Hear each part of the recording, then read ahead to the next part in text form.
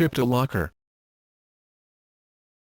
CryptoLocker is a ransomware Trojan which targets computers running Microsoft Windows and first surfaced in September 2013.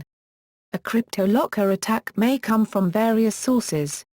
One such is disguised as a legitimate email attachment.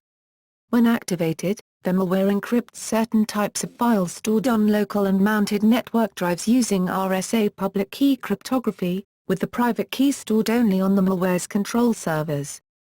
The malware then displays a message which offers to decrypt the data if a payment is made by a stated deadline, and threatens to delete the private key if the deadline passes. If the deadline is not met, the malware offers to decrypt data via an online service provided by the malware's operators, for a significantly higher price in Bitcoin.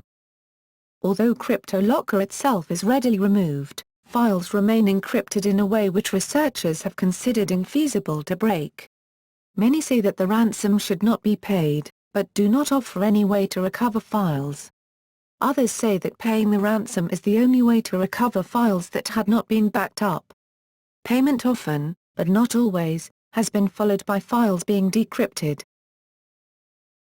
Operation. CryptoLocker typically propagates as an attachment to a seemingly innocuous email message, which appears to have been sent by a legitimate company. Or, it is uploaded to a computer already recruited to a botnet by a previous Trojan infection. A zip file attached to an email message contains an executable file with the file name and the icon disguised as a PDF file, taking advantage of Windows' default behavior of hiding the extension from file names to disguise the real exe extension.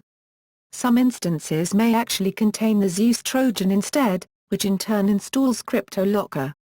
When first run, the payload installs itself in the Documents and Settings folder, Windows XP, with a random name, and adds a key to the registry that causes it to run on startup.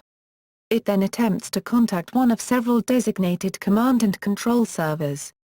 Once connected, the server then generates a 2048-bit RSA key pair, and sends the public key back to the infected computer. The server may be a local proxy and go through others, frequently relocated in different countries to make tracing difficult. The payload then proceeds to begin encrypting files across local hard drives and mapped network drives with the public key, and logs each file encrypted to a registry key.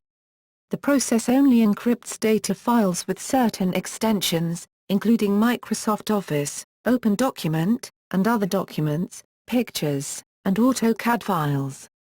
The payload then displays a message informing the user that files have been encrypted, and demands a payment of $400 or Euro through an anonymous prepaid cash voucher, that is money plaque or Ucash, or an equivalent amount in Bitcoin within 72 or 100 hours, while starting at 2 BTC. The ransom price has been adjusted all the way down to 0.3 by the operators to reflect the fluctuating value of Bitcoin, or else the private key on the server would be destroyed, and nobody and never will be able to restore files. Payment of the ransom allows the user to download the decryption program, which is preloaded with the user's private key. Some infected victims claim that they paid the attackers but their files were not decrypted. In November 2013, the operators of CryptoLocker launched an online service which claims to allow users to decrypt their files without the CryptoLocker program, and to purchase the decryption key after the deadline expires. The process involves uploading an encrypted file to the site as a sample, and waiting for the service to find a match, which the site claims would occur within 24 hours. Once a match is found, the user can pay for the key online. If the 72-hour deadline has passed, the cost increases to 10 Bitcoin. Mitigation.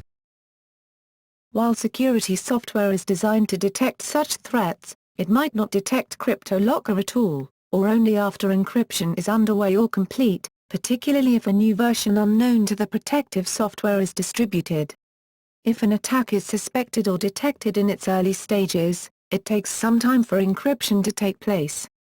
Immediate removal of the malware, a relatively simple process, before it has completed would limit its damage to data. Experts suggested precautionary measures, such as using software or other security policies to block the CryptoLocker payload from launching. Symantec estimated that 3% of users infected by CryptoLocker chose to pay.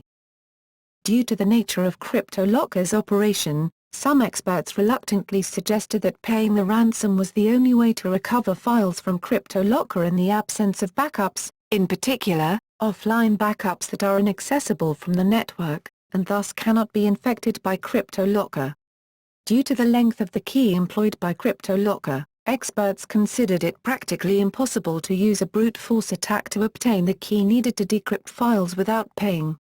The similar 2008 worm GPCODEAK used a 1024-bit key that was believed to be large enough to be computationally infeasible to break without a concerted distributed effort, or the discovery of a flaw that could be used to break the encryption.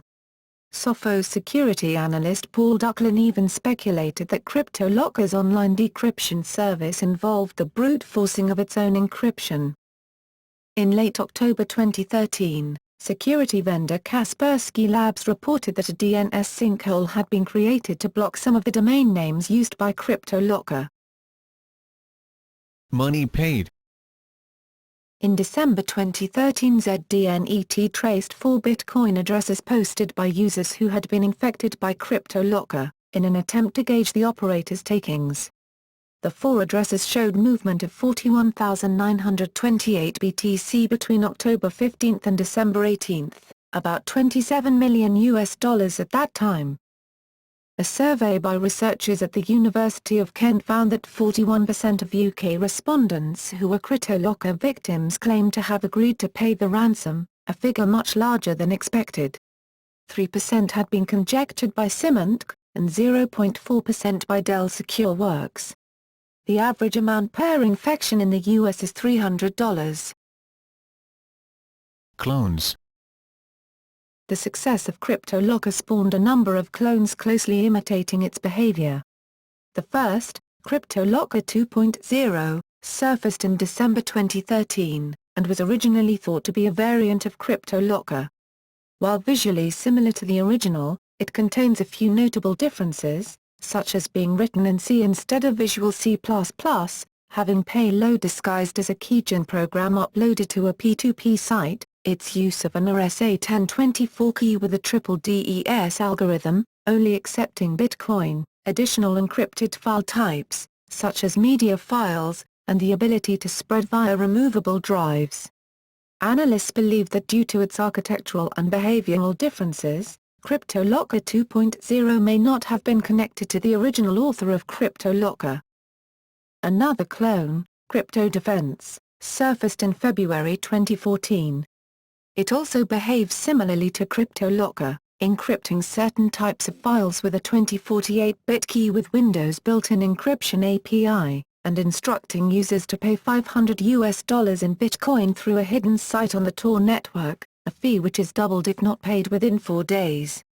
However, research by Symantec discovered that CryptoDefense contained a major design flaw, inadvertently allowing the private key to remain stored on the computer within the user's application data folder due to the behavior of Windows encryption API.